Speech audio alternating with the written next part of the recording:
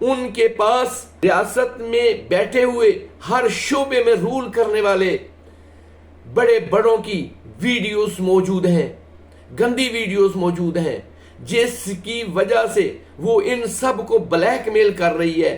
وہ اوپر سے لے کے نیچے تک وہ جج ہو، وہ بیوروکریٹ ہو، وہ کسی بھی شعبے سے تعلق رکھنے والا ہو، ہر کسی کی اس کے پاس گندی فلم ہے، چونکہ اس نے اپنے ملک اور قوم کے لیے کچھ نہیں سوچا۔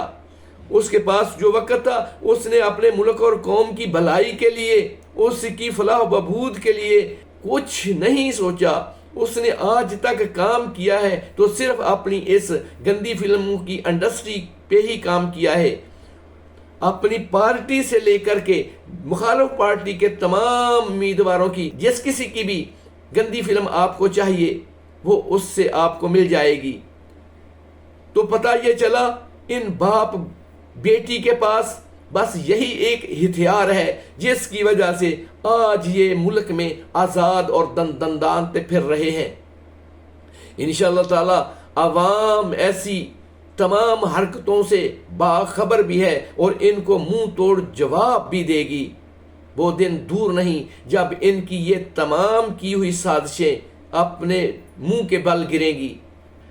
پاکستان کے اداروں میں بیٹھے وہ تمام بدعنوان عناصر جو پی ٹی آئی کو ہرانا ہی نہیں اس کو ختم کرنا چاہتے ہیں، جن کی خواہش ہے کہ یہ پاکستان میں آزادی کا نام لینے والا، یہ پاکستان کو نئی روش پہ ڈالنے والا، یہ پاکستان کی ینگ جنریشن کو نئی سوچ دینے والا، اس شخص کو ملیا میٹ کر دیا جائے، اس کی سوچ کو ختم کر دیا جائے۔ جس شخص کے کاندھوں پہ رکھ کر چلا رہے ہیں اس کا نام سلطان ہے، راجہ ہے۔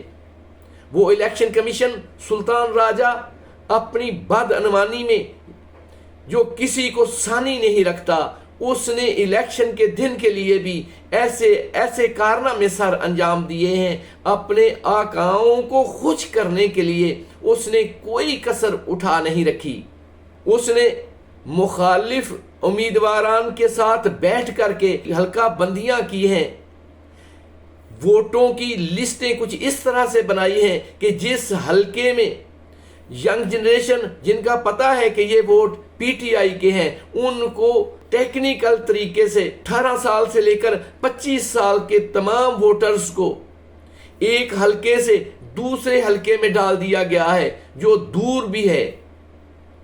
ان کو اسی طرح ہی کھجل کرنے کا انہوں نے منصوبہ بنایا ہوا ہے۔ ان تمام نوجوانوں کو ایک جگہ پہ جمع نہیں ہونے دیا، ایک حلقے کے نوجوانوں کو دوسرے حلقے میں اور دوسرے حلقے کے نوجوانوں کو تیسرے حلقے میں انہوں نے ڈال دیا ہے۔ ان کا خیال ہے یہ نوجوان تمام پی ٹی آئی کے امیدوار کے حمایتی ہیں، ان کو ہرانا بہت مشکل ہے، تو اس لیے انہوں نے یہ کھیل کھیلا ہے کہ ان تمام 18 سال سے لے کر 25 سال تک کے تمام ینگ جنریشن کو انہوں نے ایک حلقے سے جس حلقے میں وہ تھے اس حلقے سے اٹھا کر کے دوسرے حلقے میں ڈال دیا ہے۔